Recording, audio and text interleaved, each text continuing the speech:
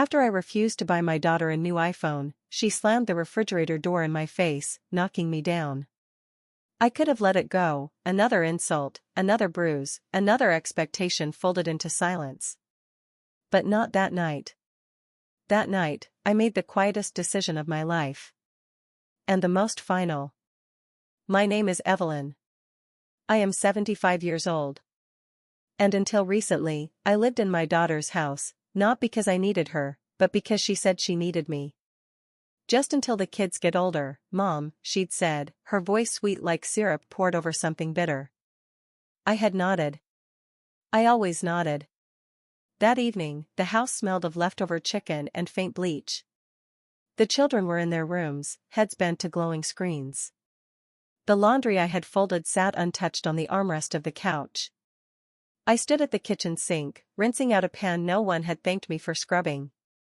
I'd just finished checking my bank balance again. My savings, modest but carefully tended, had taken another hit last week after buying new shoes for Jordan and paying the overdue internet bill.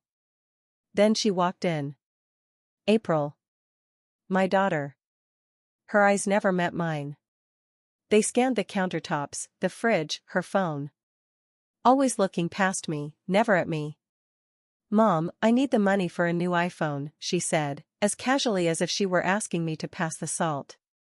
I kept my hands submerged in the soapy water. You just got one last year. She rolled her eyes like I was a child. That was the 14. The 16 Pro just came out.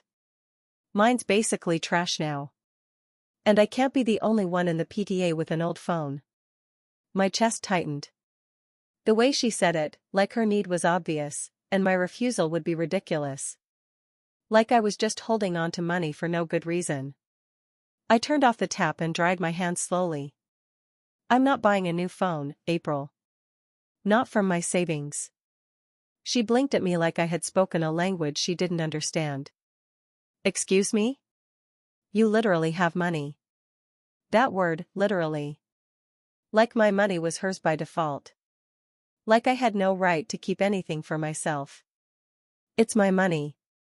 I'm saving it for emergencies. Real ones. Her face twisted into that cruel little smirk she always used when she wanted to make someone feel small. You've lived in my house for 5 years. I've never asked for rent. She said it like she was doing me a favor. Like she hadn't benefited from my pension payments covering her mortgage. Like she hadn't seen the grocery bags I carried in or the electricity bills I quietly paid. She stepped toward the fridge. I'm not arguing. I'm just saying, it's time you do something useful. Useful. As if making every dinner wasn't useful. As if walking the kids to school when she wanted to sleep in wasn't useful. As if she hadn't leaned on me every day, and then acted like I was the one leaning on her. She yanked the refrigerator door open. The edge of it slammed into my hip, then my knee. I stumbled back, falling hard onto the cold tile. The breath went out of me. The world blurred for a second. She didn't flinch. She didn't reach out. Oh, come on, she said. Don't be dramatic. That word. Dramatic. Like the pain didn't matter. Like falling didn't matter. Like I was just causing a scene for attention. She didn't help me up. She didn't ask if I was hurt. She just grabbed a yogurt and walked away, muttering, unbelievable. That word, unbelievable. As if I was the one being unreasonable. I stayed on the floor longer than I needed to. Not because I was hurt. But because I didn't want her to see me get up. I didn't want her to feel like she'd won something by walking away. I stood up slowly, my joints screaming. I leaned on the counter, bracing myself. My stomach turned. Not from pain, but from shame. From years of letting it happen. I thought about the time she told her friend, she's just old, she forgets things. I was sitting right there. She didn't even lower her voice. I remembered the time she threw away the sweater I got her for Christmas, said, "It's not really my style," and laughed. I remembered how she rolled her eyes every time I asked how her day was. How she said, "God, Mom, not everything's a big deal," when I asked if she needed help. I thought about all the times I picked up the kids from school when she forgot. How I sat through soccer games in the cold while she stayed home. How I helped with homework because she couldn't be bothered. I thought about how she snapped at me when the chicken was too dry. How she said, "It's not that hard," when the laundry wasn't folded the way she liked. How she once called me selfish for buying myself a new pair of slippers. Slippers that I paid for with my own money. Every word. Every look. Every dismissive comment. They stacked up inside me, one after another. When she was little, April used to tug my sleeve and say, "Watch me, Mama. Watch." I never stopped watching. I watched her in school plays, during spelling bees, through heartbreak and late-night ER visits. But somewhere along the way, the watching turned into waiting. Waiting to be acknowledged. Waiting to be thanked. That thanks never came. Instead, I became the helper. The background. The one who made things appear and disappear without anyone noticing. I was the one who gave up doctor's appointments, vacations, rest. All for her. And she treated me like a burden. Like a stranger who refused to leave. I limped to my room, small and windowless, tucked behind the laundry room. I sat on the edge of the bed, the scratchy blanket beneath me, and touched the spot on my hip that was already turning purple. I didn't cry. I hadn't cried in years. But I felt something. Like a wall inside me finally cracking. That night, I couldn't sleep. Every time I closed my eyes, I saw her face. Dismissive. Cold. Unbothered. I heard her voice echo in my head. "It's time you do something useful." Useful. That's what I had become to her. Not a mother. Not a person. Just a pair of hands. A wallet. A cook. A babysitter. And I realized something that hurt worse than any bruise. She didn't love me. Not as a person. Maybe not even as a mother. Just as a resource. A few minutes later, I heard her voice through the wall, cheerful now, chatting on FaceTime. Laughing. Like nothing had happened. Like I was a ghost in the room beside her. I turned my face to the wall and closed my eyes. I wasn't going to beg her to see me. I wasn't going to try to explain how she'd made me feel. She wouldn't listen. She never had. And even if she did, she'd twist it into a new story, one where I was selfish, unstable, ungrateful. So I made a plan. Not a grand one. Not the kind that screams or breaks things. Just a plan to leave. To remove the scaffolding and let the house settle into its true shape. I would wake up early. Pack one suitcase. Quietly call a cab. Go to that small apartment I'd once thought was too lonely to consider. Lonely sounded better than invisible. And then, from the safety of my own space, I would cancel the auto payments. The mortgage. The groceries. The bills. All of it. Because if I was nothing more than a tool to her, then she would have to live without it. Without me. And she would never even see it coming. Not until it was far too late. I didn't sleep that night. Not a minute. The house was silent, but my head was loud. Every time I closed my eyes, I could still hear her voice. "You could at least do something useful." That one sentence kept repeating in my mind like a bell I couldn't unring. The way she had said it, so casually, like she wasn't speaking to her mother but to someone beneath her. A servant. An inconvenience. I sat on the edge of the bed for hours, staring at the small crack in the baseboard across the room. The blanket was wrapped around my shoulders, but I couldn't feel the warmth. My hip throbbed from where the fridge door hit me, but it wasn't the pain that kept me awake. It was something else, something deeper. Something colder. It was the look on her face. Blank. Unbothered. The way she didn't even pause when I hit the floor. She just reached into the fridge and kept going, like I wasn't even there. She didn't help. She didn't ask. She didn't care. That hurt more than the fall. I remembered her saying once, when I caught a cold from walking the kids home in the rain, "You really need to take better care of yourself, Mom." As if I hadn't just taken care of everyone else. As if my health was an inconvenience. She once called me childish for asking why she hadn't included me in a family photo she posted online. "Don't be sensitive," she said. "You were probably in the kitchen." I was. Making dinner. For her. For the kids. For the house I kept running. Another time, when her youngest got sick at school and I rushed over to pick him up, she told me, "Don't make it about you, Mom. He doesn't even know you were there." I remember sitting in the car outside that school, gripping the steering wheel so hard my fingers ached. Not because of her words alone, but because of how normal it had become to hear them. My mind wouldn't stop. It kept handing me memory after memory like a stack of papers, each one proof of how I had let myself be erased. She used to say, "You love doing things for people. It's your nature." Like it was a compliment. But really, it was permission. Permission to take without asking. Permission to assume I'd always be there. Permission to treat me like part of the house, a faucet that ran, a fridge that stayed full, a body that moved silently between tasks. I remember her saying, "You're lucky to live here. Some people your age don't have family to stay with." That one stung. I wasn't staying. I was holding it all together. I was the one paying the mortgage. I was the one covering the electric bill.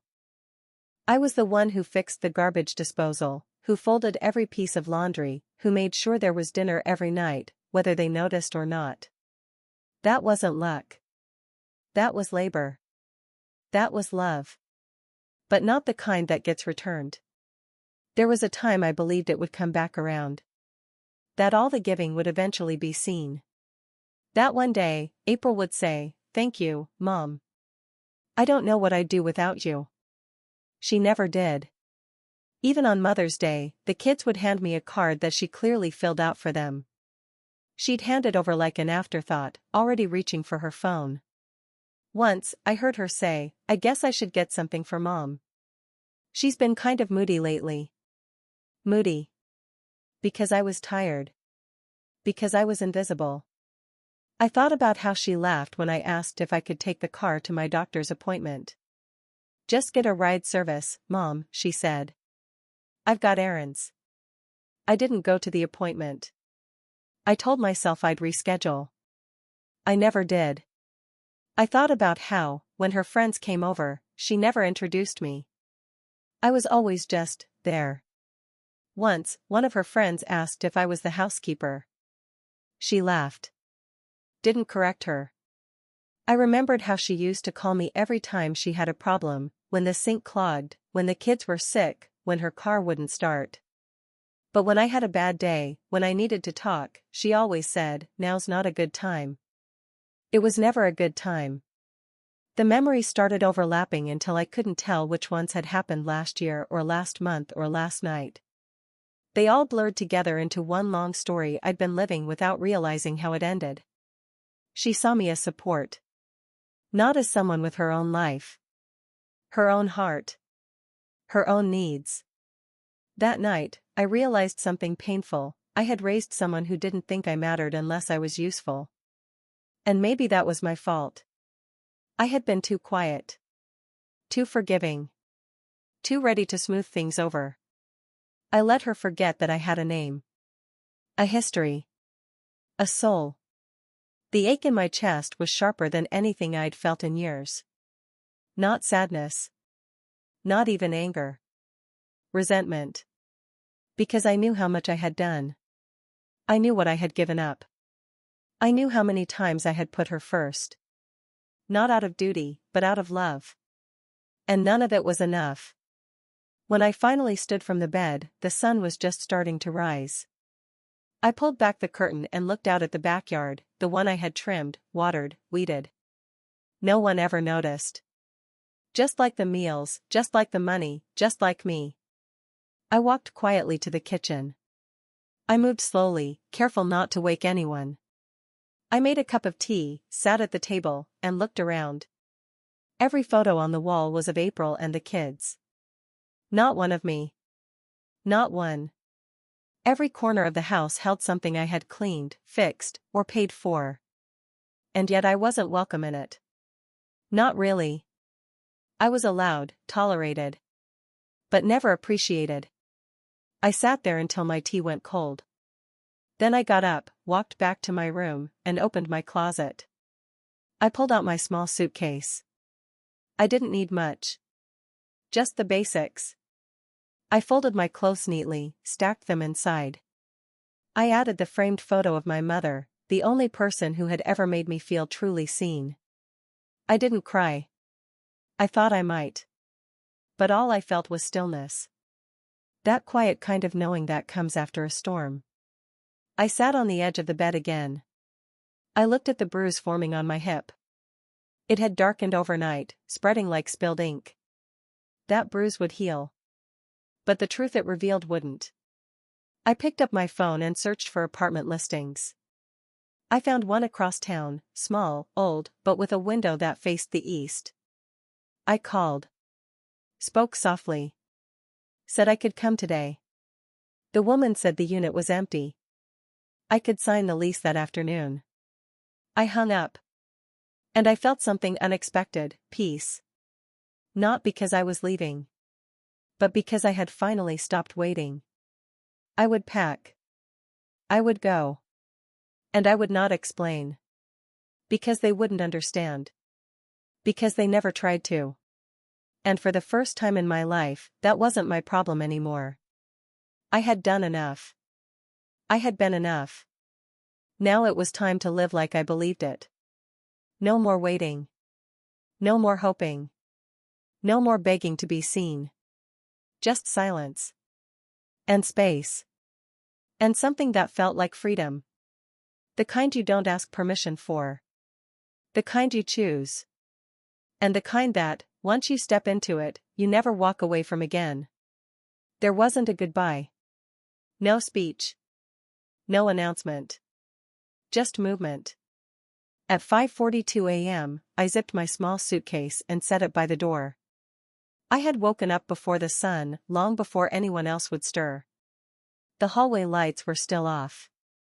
The floor creaked beneath my slippers, but I moved carefully, quietly. Like I always had.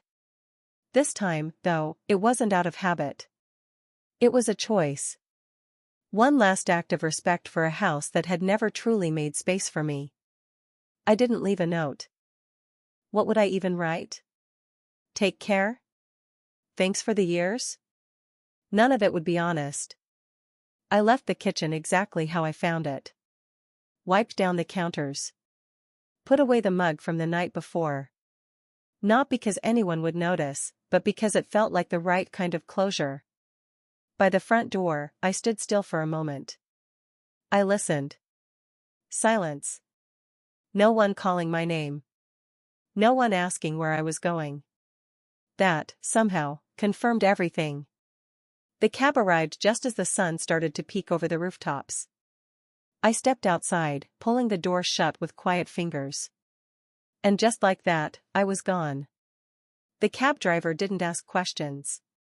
He glanced at the rearview mirror once, gave a polite nod, and focused on the road.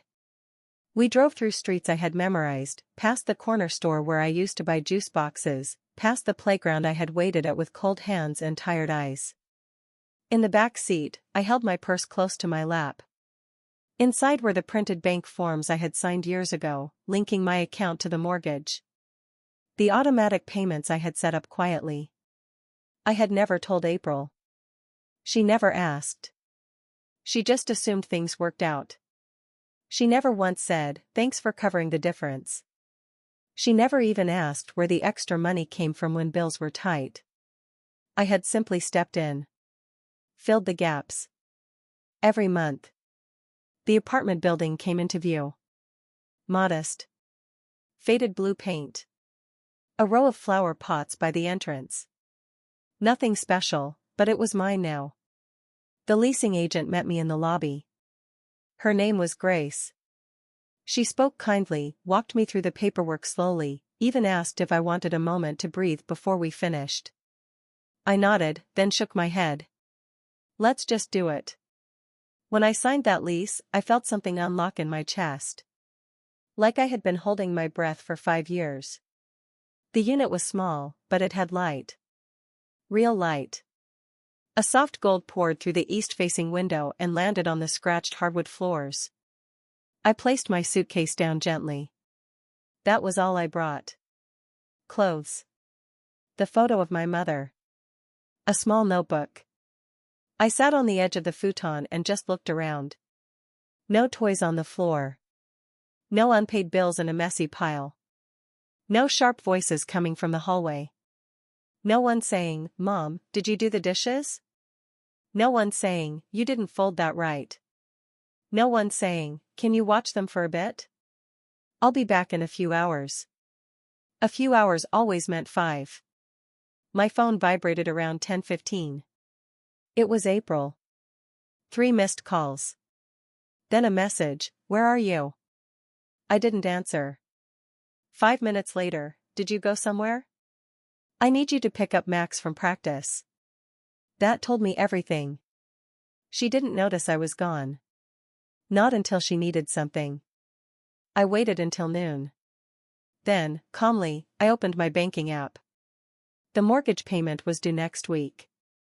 I clicked into the settings. Cancel autopay. Confirm. Done.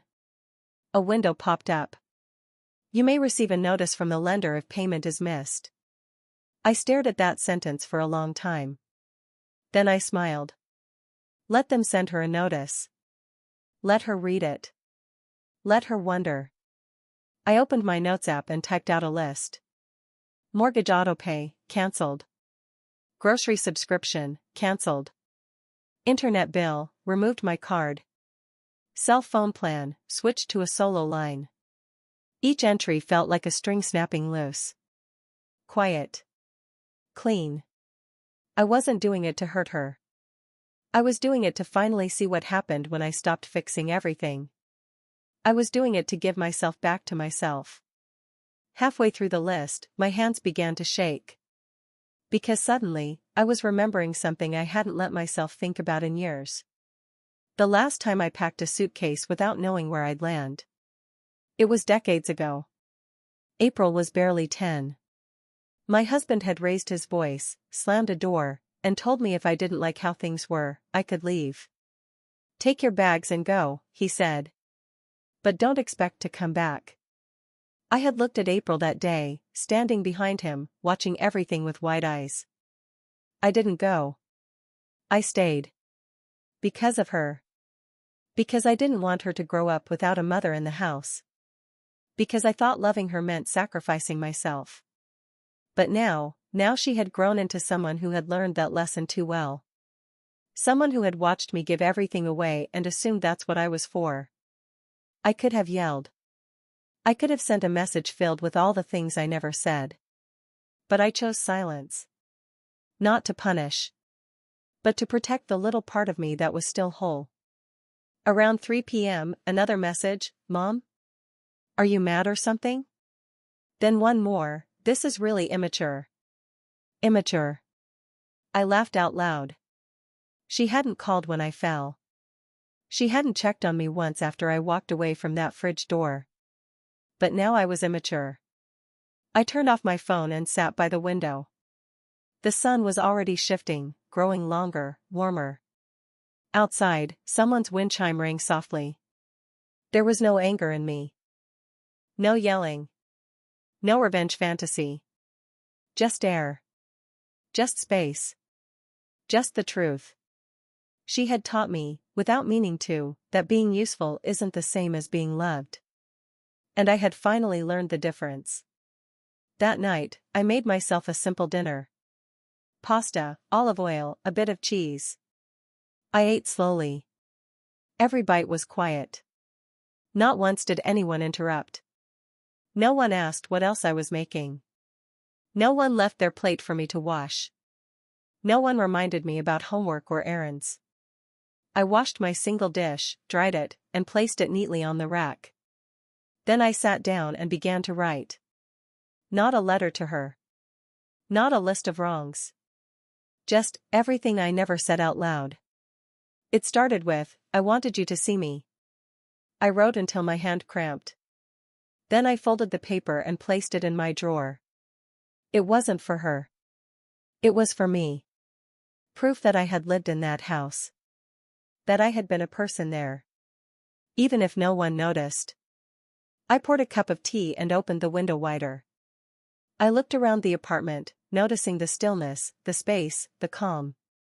And in that quiet, I whispered something I had never said before. You did the right thing. Because for the first time in decades, I believed it. My phone stayed off. I slept with the window open. The breeze smelled like night jasmine and the faint promise of a better morning. I was alone. But I wasn't abandoned. There's a difference. For the first time in a very long time, I belonged to myself. It didn't take long. By the third day, the calls turned frantic. Mom, what are you doing? Where are you?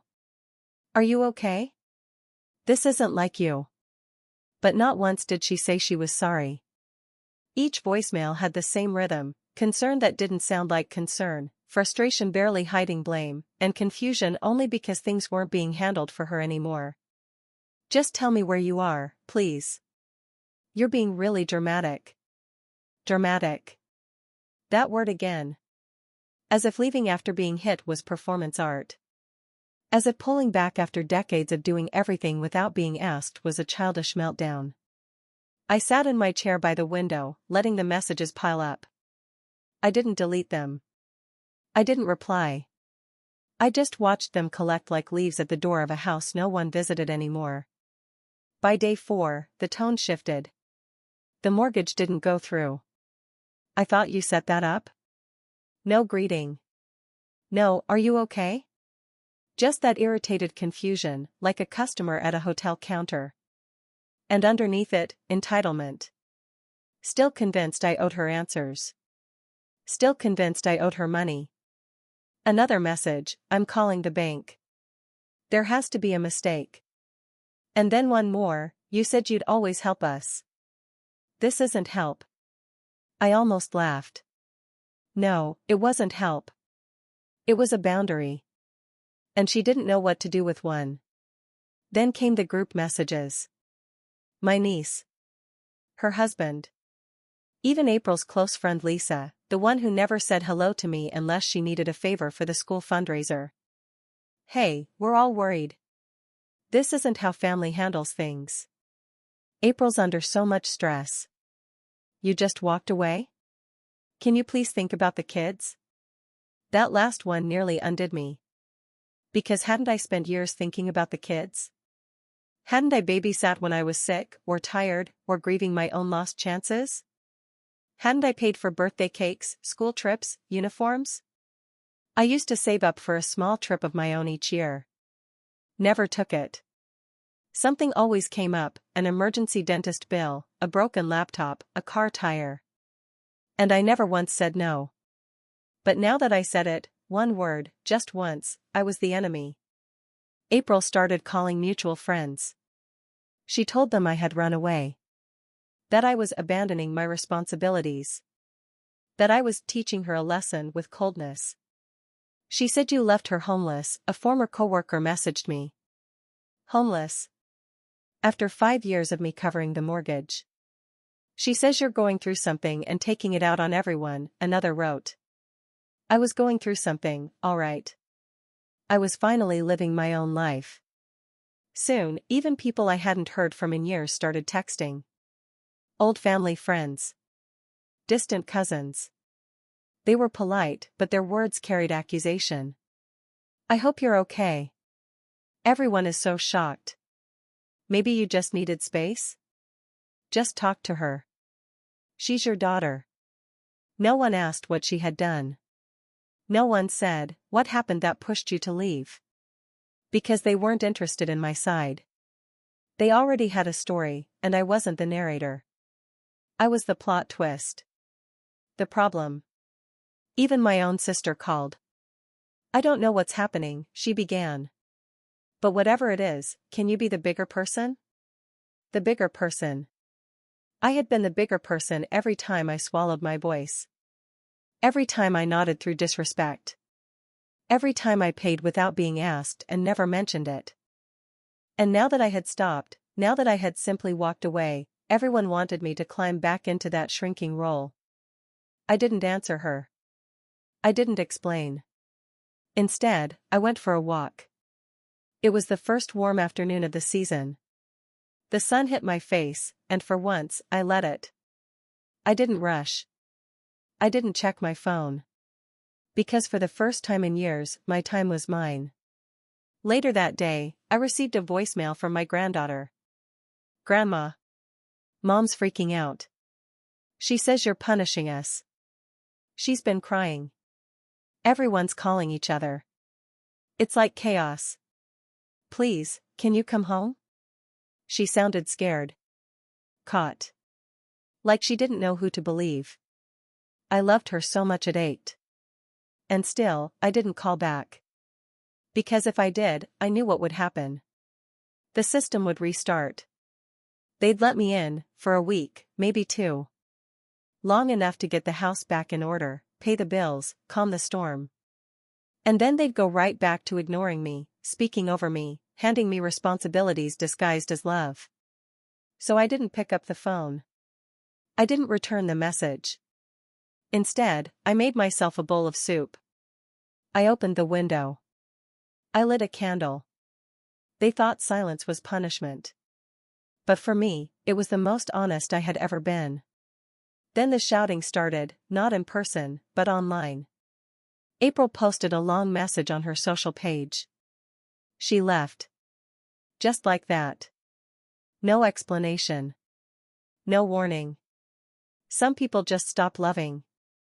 It's sad. The comments poured in. "You're the strongest person I know." Some people just snap.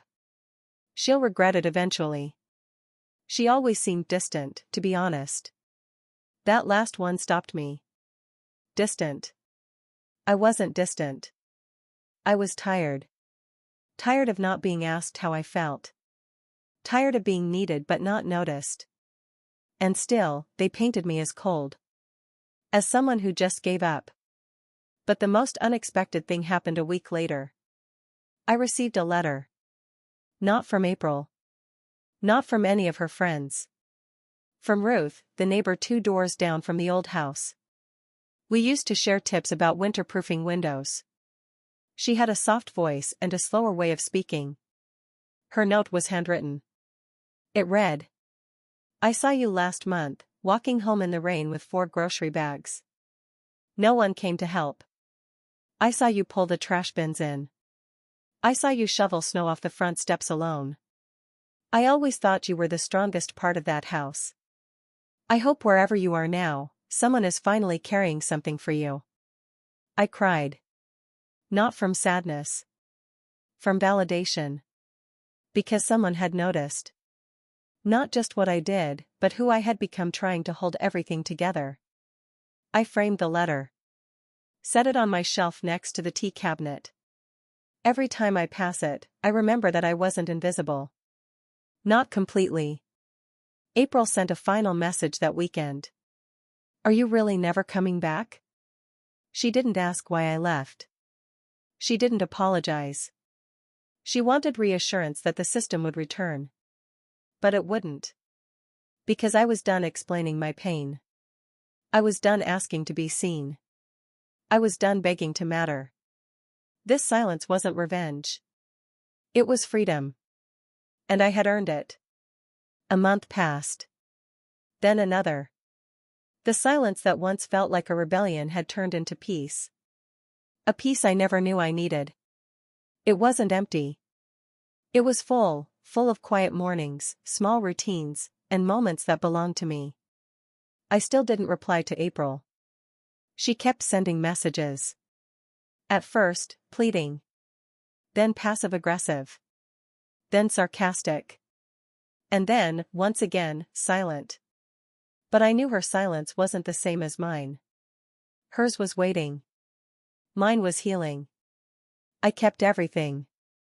Every message, every missed call. I'd read them sometimes, not to punish myself, but to remember. To remember why I left. To remind myself not to go back. One evening, a letter arrived in the mail. No return address. It was from my grandson. "Grandma, I miss you. I don't know what happened, but I know I miss sitting with you after school. I miss your stories. I miss how you always remembered the little things." I cried. Because unlike the others, he didn't ask me to come back. He didn't demand an explanation. He just missed me. I wrote back. Briefly. "I miss you too. And I'll always be just a letter away." It felt right. A bridge, not a return. A connection, not a sacrifice. Then something strange happened. My phone rang. A number I didn't know. I answered without thinking. "Hello? Is this Margaret?" "Yes. This is Lila. I work at the community center down the street. Your neighbor Ruth volunteers here. She mentioned you might like to come by sometime. Would you be interested in helping with the reading group for seniors?" For a moment, I couldn't speak.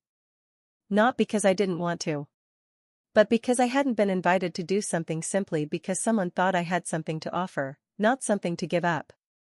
"Yes," I said. "I'd love to." That Friday, I walked to the center.